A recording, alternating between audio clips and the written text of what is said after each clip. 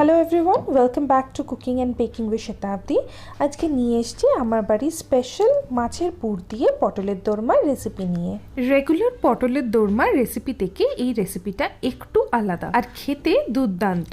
রেসিপিটা একটু বড়, অনেকগুলো স্টেপ রয়েছে, তাহলে চলুন রেসিপিটি দেখে নেওয়া যাক। প্রথমে পটলটা প্রিপেয়ার করে নেব।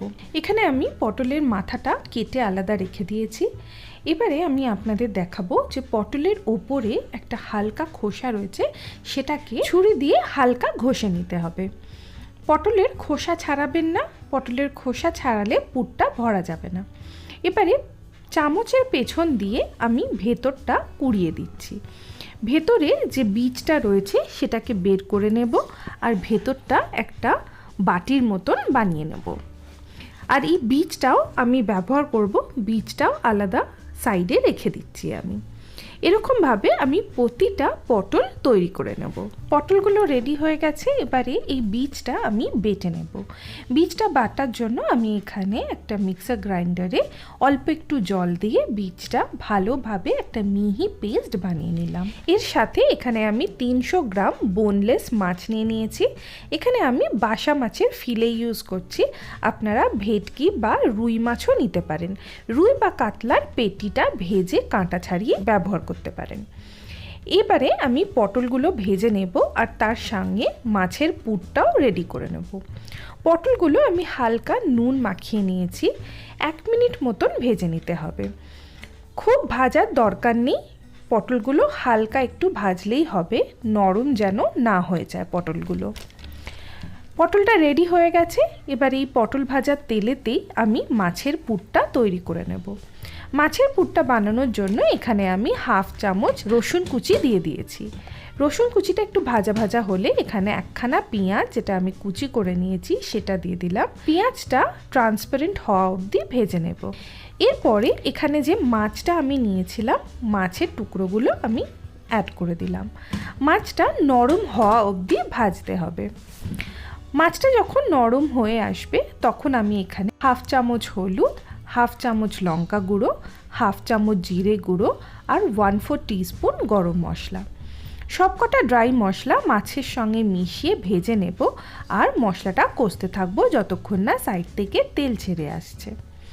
দেখুন মাছের সাইড থেকে তেল ছেড়ে এসছে। এই সময় আমি এই পটলের বীজ বাটাটা দিয়ে দিলাম, এর সঙ্গে 2 চামচ নারকেল গুঁড়ো আর 10-15টা কিশমিশ, সবকটা একসঙ্গে মিশিয়ে দেব মাছের পুরের সঙ্গে আর 1 মিনিট মতন ভাজবো। এগুলো মিশে গেলে আমি ওপর থেকে স্বাদ মতন নুন দিয়ে দিলাম। নুনটাও পুরটার সঙ্গে ভালোভাবে মিশিয়ে নেব আর কষবো যতক্ষণ না সাইড থেকে তেল ছেড়ে আসছে। পুরটা ভালোভাবে কষা হয়ে গেছে।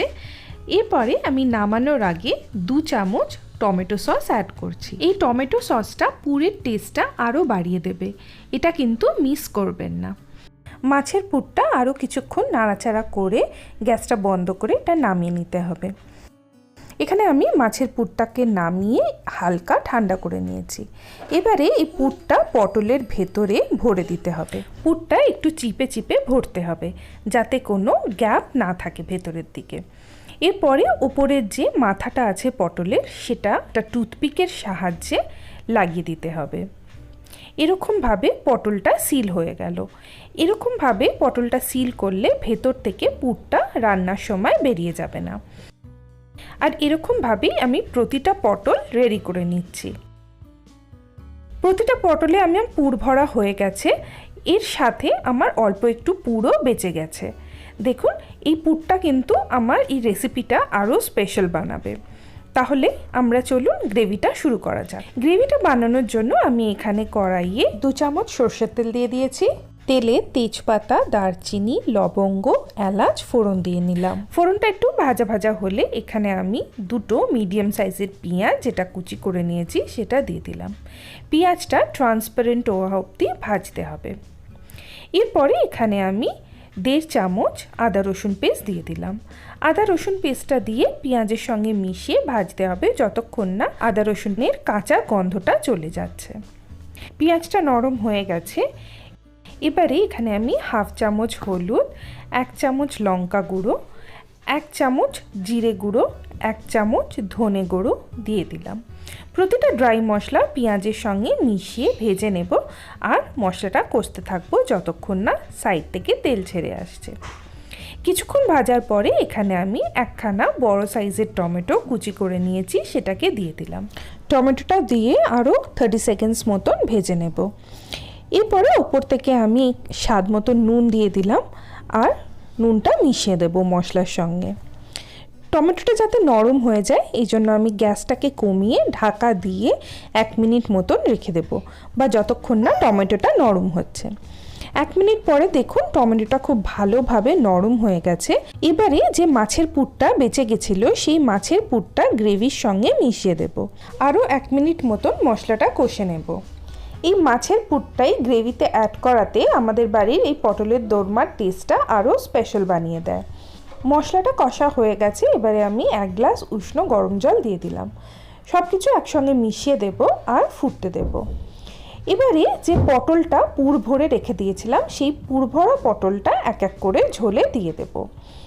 গ্রেভিটা যখন ভালোভাবে ফুটে উঠবে সেই সময় ঢাকা দিয়ে 7-8 মিনিট মতন ফুটতে দিতে হবে, বা যতক্ষণ না পটলটা ভালোভাবে সেদ্ধ হয়ে যাচ্ছে। মোটামুটি 8 মিনিট হয়ে গেছে। এবারে দেখুন তেল ওপরে ভেসে উঠেছে আর পটলটা ভালোভাবে সেদ্ধ হয়ে গেছে। নামানোর আগে ওপর থেকে 3-4টে কাঁচা লঙ্কা ভেঙে দিয়ে দিলাম আর আরেকবার মিশিয়ে দিয়ে গ্যাসটা বন্ধ করে ঢাকা দিয়ে 2 মিনিট রেখে দেব। এতে কাঁচা লঙ্কার গন্ধটা খুব সুন্দরভাবে গ্রেভিতে মিশে যাবে। আর এরকমভাবেই আমাদের দারুণ টেস্টি আমার বাড়ির স্পেশাল মাছের পুর দিয়ে পটলের দোরমা রেডি হয়ে গেল। এরকম পটলের দোরমা পরোটা, রুটি, পোলাও, ভাত সবার সঙ্গে কিন্তু দারুণ লাগে। আপনারাও ট্রাই করুন এই স্পেশাল পটলের দোরমা আর আমাকে জানাবেন যে আপনাদের কেমন লাগলো। আর যদি ভালো লাগে বরাবরের মতন ভিডিওতে একটি লাইক আর শেয়ার করার রিকোয়েস্ট রইল, সাথে আমার চ্যানেলটাকে সাবস্ক্রাইব করে আমার পাশে থাকারও রিকোয়েস্ট রইল। আজ তাহলে আসি, আবার দেখা হবে নেক্সট রেসিপি নিয়ে।